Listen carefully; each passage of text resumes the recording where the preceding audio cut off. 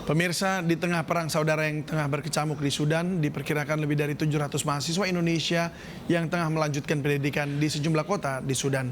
Untuk mengetahui seperti apa suasana Hari Raya Idul Fitri di sana, telah bergabung bersama kami Abdurrahman selaku Ketua Ikatan Mahasiswa Indonesia di International University of Africa yang bermukim di kota Khartoum, Sudan. Selamat siang waktu Jakarta, Mas Abdurrahman. Selamat siang waktu Jakarta, Mas David, dan selamat pagi waktu Sudan. Ya, dan selamat Idul Fitri 1444 Hijriah. Di sana sudah merayakan ya? Ya, selamat Hari Raya Idul Fitri 1444 Hijriah untuk seluruh warga negara Indonesia. Ya, baik. Bagaimana Anda menjalankan sholat Id di sana? Sebab ini kan kita tahu kondisinya dalam kondisi perang saudara ya. Baik, Mas David. Terkait pelaksanaan sholat Idul Fitri, alhamdulillah kami di Sudan, walaupun memang kondisinya saat ini masih jauh dari kata kondusif kemarin ya, ketika perayaan Idul Fitri, kami masih bisa melaksanakan sholat Idul Fitri, akan tetapi memang untuk area Khartoum, memang kami diimbau untuk tidak melaksanakan sholat Idul Fitri di area terbuka, seperti halnya yang biasa dilakukan oleh orang-orang Sudan. Biasanya kami melaksanakan sholat Idul Fitri itu di lapangan terbuka, di mana memang bisa memuat sangat-sangat banyak jamaah sholat. Akan tetapi pada tahun ini memang diimbau dan memang diharuskan untuk sholat Idul Fitri di dalam area masjid alias indoor, tidak boleh ada yang di luar sama sekali, seperti itu. Karena memang kami muat itu? Apakah muat untuk menampung semua jemaah? Apakah ada cara lain yang ditetapkan pemerintah untuk bisa sholat Id di dalam indoor begitu? Oke, baik Mas David. Sebenarnya Mas David, sekitar 3 hari sebelumnya itu sudah banyak sekali warga asli dari Khartoum itu pada mudik Mas David, alias pergi keluar kota untuk ya sekiranya menyelamatkan diri dari kekacauan yang terjadi di Khartoum saat ini ataupun di Sudan saat ini. Oleh karenanya memang banyak sekali masjid-masjid yang ketika membuka untuk sholat Id itu masih sangat-sangat di luar dari yang biasanya sholat gitu. Artinya memang jumlahnya itu semakin sedikit untuk saat ini di area Khartoum. Nah, situasi keamanannya gimana kemarin ketika sholat Id? Jujur aja Mas David, sebenarnya kalau kita katakan aman itu jauh dari kata aman Mas David, karena memang ketika hari Kamis malam, kami kebetulan lebarannya hari Jumat, seperti halnya di negara-negara Arab lainnya. Ketika Kamis malam, ketika malam takbiran itu kami benar-benar mendengar secara langsung dan merasakan secara langsung itu kontak senjata intensif, bahkan bom-bom dari pesawat pembom yang dimiliki oleh militer Sudan itu sudah beraksi semenjak tengah malam hari Kamis atau hari Jumat dini hari. Jadi memang sangat-sangat intensif Mas David. Dari malam takbiran itu kami sudah dihiasi dengan bom-bom sekaligus takbiran yang dihiasi oleh suara-suara bom dan suara-suara tembakan. Lalu pada saat sholat subuh pun kami juga menghadapi secara langsung baku tembak yang sangat-sangat dekat dengan area tempat kami bermukim. Akhirnya ketika sholat Idul Fitri pun kami juga masih merasakan secara langsung intensif baku tembak yang terjadi di area Khartoum, hingga akhirnya kami pun tidak berani kemana-mana Mas sebenarnya saat sholat Idul Fitri. Jadi setelah sholat Idul Fitri kami kembali ke kediaman masing-masing, seperti itu Mas. Ini apakah memang gini? Ini kan memang perang antara dua kubu dalam faksi militer ya. Nah, apakah ini betul, tidak ada gencatan sama sekali dari mereka? Oke, baik. Sebenarnya kemarin itu Mas, dikarenakan memang Sudan sendiri sebagai negara yang mayoritas Islam juga, negara Muslim juga, dan kemarin pun kedua belah pihak sebenarnya bersepakat untuk adanya gencatan senjata untuk merayakan Hari Raya Idul Fitri. Akan tetapi realitanya memang untuk 3 kali gencatan senjata yang sudah dilaksanakan tidak pernah ada yang terrealisasi secara mutlak di lapangan. Artinya setiap ada gencatan senjata malah kami mendengar baku tembak yang lebih nyaring lagi gitu. Lalu Anda berlindung di mana kalau ada baku tembak seperti itu? Kenapa Mas David? Mohon maaf. Lalu Anda dan kawan-kawan itu berlindung di mana ketika ada baku tembak? Ketika ada baku tembak pastinya kami segera berlindung untuk masuk ke kamar masing-masing, ke kediaman masing-masing. Untuk yang di asrama pastinya langsung masuk ke kamar masing-masing. Untuk yang di rumah langsung masuk ke kediaman masing-masing, menutup jendela, menghindari pintu dan jendela, tiarap di bawah meja, terus berkumpul di ruang tengah, memang menghindari area-area yang sekiranya bisa menjadi sasaran dari peluru nyasar, Mas David. Tapi sejauh ini tidak ada yang merangsek masuk ke dalam kediaman begitu ya? Artinya perang hanya terjadi di luar begitu ya? Memang perang hanya terjadi di luar, Mas David, karena memang dari pihak tentara pun dan ataupun pihak RSF sendiri memang sampai saat ini tidak ada yang berusaha untuk masuk ke rumah penduduk. Tapi kalau ke area penduduk ada, Mas, area penduduk mereka kabur-kaburan gitu ya ke area penduduk. Cuma kalau untuk masuk ke rumah penduduk untuk saat ini belum ada laporan ke kami. Berusaha iya, tapi memang alhamdulillah sampai saat ini warga negara Indonesia semuanya dalam kondisi aman dan selamat. Akan tetapi memang kalau untuk peluru-peluru nyasar beberapa kali kami temukan, Mas, bahkan di rumah-rumah warga negara Indonesia sekalipun sudah beberapa kali masuk peluru nyasar hingga saat ini. Waduh, ini bahaya sekali. Bagaimana komunikasi Anda dengan teman-teman mahasiswa yang lain? Baik, untuk saat ini kami dari teman-teman relawan itu sangat-sangat mengantisipasi terkait masalah komunikasi, dikarenakan Sudan ini sudah punya masalah terkait internet mati ya, Mas ya.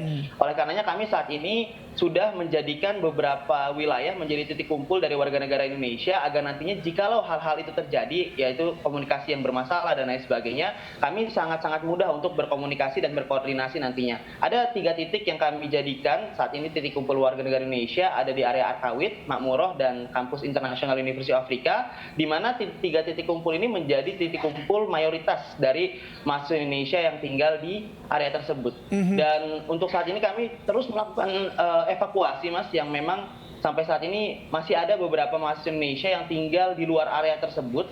Kemarin ketika Idul Fitri pun setelah melakukan sholat Idul Fitri kami segera melakukan evakuasi. Jadi setelah sholat Idul Fitri, salam-salaman bersama warga negara Indonesia lainnya, tim relawan segera bergerak untuk mengevakuasi teman-teman mahasiswa yang ada di area Asrama Maududi, di mana area tersebut saat ini menjadi salah satu base terbesar RSF di area Khartoum saat ini.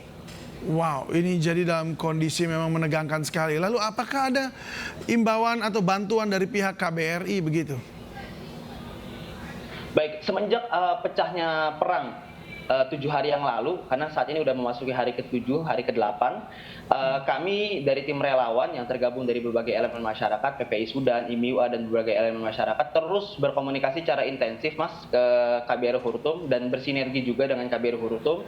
Dari KBRI Khartoum sendiri pastinya sudah mengupayakan upaya-upaya terbaik terkait misalnya ada opsi evakuasi seperti hal yang kemarin sudah di press release oleh Bu Retno, Kementerian Luar Negeri Indonesia, dan juga pastinya terkait masalah logistik dan lain sebagainya. Untuk saat ini alhamdulillah tim relawan yang bergerak bersama berkoordinasi langsung dengan KBRI Khartoum memiliki gerakan lumbung pangan, di mana kami di sini memang mengadakan logistik untuk teman-teman warga negara Indonesia yang ada di Sudan saat ini. Karena memang untuk saat ini dikarenakan imbauan untuk tetap stay di kediaman masing-masing, otomatis ruang gerak kami sangat-sangat terbatas. Apalagi di area sekitar kami saat ini toko-toko sudah mulai tutup dan tidak berjualan lagi. Artinya memang harus ke toko-toko besar untuk bisa mendapatkan logistik.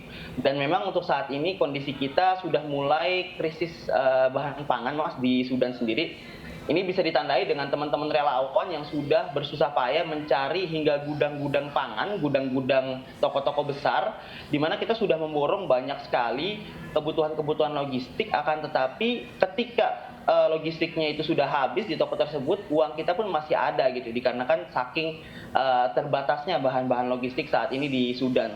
Baik, apakah ada rencana untuk kembali ke tanah air barangkali dengan rekan-rekan mahasiswa yang lain dalam waktu dekat, mengingat bahwa kondisinya ini makin memanas di sana? Betul Mas David. Untuk saat ini yang perlu kami beritahukan bahwasanya saat ini kedua belah pihak untuk yang keempat kalinya alhamdulillah saat ini mengadakan gencatan senjata, dan mungkin bisa dikatakan gencatan senjata kali ini menjadi gencatan senjata yang paling efektif dikarenakan kami tidak terlalu mendengar suara baku tembak selama adanya gencatan senjata ini. Dan gencatan senjata direncanakan selama 72 jam alias 3 hari dari semalam. Walaupun memang kemarin masih intensif sekali baku tembak, tapi untuk saat ini suasana lumayan hening, alhamdulillah. Dan untuk masalah evakuasi, sebenarnya dari hari pertama kami berkoordinasi dan bersinergi dengan KBRI Hurtum dari tim relawan, kami mendengar secara langsung bahwasanya KBRI sudah mengupayakan upaya-upaya terbaik dan terukur pastinya dengan Kementerian Luar Negeri Republik Indonesia, dan opsi untuk evakuasi itu selalu ada memang, akan tapi untuk implementasi terkait evakuasi itu sendiri pastinya ada beberapa poin-poin penting yang harus direalisasikan pastinya. Dan untuk saat ini seluruh warga negara asing yang ada di Sudan sampai detik ini juga belum ada yang berhasil dievakuasi keluar Khartoum. Tapi insya Allah pastinya kami percaya ke pemerintah Indonesia, KBRI Khartoum, Kementerian Luar Negeri, dan pemerintah pusat pastinya sudah menyiapkan jalan-jalan terbaik untuk kami jikalau nantinya adanya evakuasi dalam waktu dekat. Baik, ya ini semoga didengar juga oleh pihak Kementerian Luar Negeri dan juga dari KBRI Indonesia yang ada di sana ya. Sebab ini kondisinya kita tidak tahu beberapa jam ke depan akan seperti apa begitu. Baik, Mas Abdurrahman, Betul. lalu selama di sana ini memang dengan kondisi beridul fitri dengan kondisi perang seperti ini. Namun tentu pasti ada sesuatu yang dikangenin ya. Apa yang dikangenin dari Indonesia saat ini di sana? Untuk saat ini jujur aja Mas, yang paling kami kangeni saat ini adalah situasi yang damai ya Mas ya. Itu yang paling penting saat ini, karena teman-teman memasuki hari ke-7, hari ke-8 ini sudah mulai mungkin apa ya bahasanya, mungkin udah mulai kena mental gitu ya. Dikarenakan memang untuk saat ini situasi kian memburuk bukan kian membaik. Artinya apa yang kita kangeni saat ini adalah situasi damai, situasi yang kondusif. Ya pastinya selain adat-adat istiadat Indonesia yang sangat-sangat kami kangenin, seperti halnya adat istiadat makan-makan opor ayam, rendang, dan lain sebagainya, itu udah pasti ya. Itu udah pasti kita kangenin, karena realitanya pun halal bihalal kemarin ketika selesai sholat Idul Fitri itu tidak ada. Kalaupun ada hanya di dapur umum, itu pun konteksnya hanya sekedar sarapan dengan nasi dan mie. Seperti itu. Dan untuk kali ini pun belum bisa merasakannya karena kondisi yang mencekam kemarin ya. Betul sekali. Baik.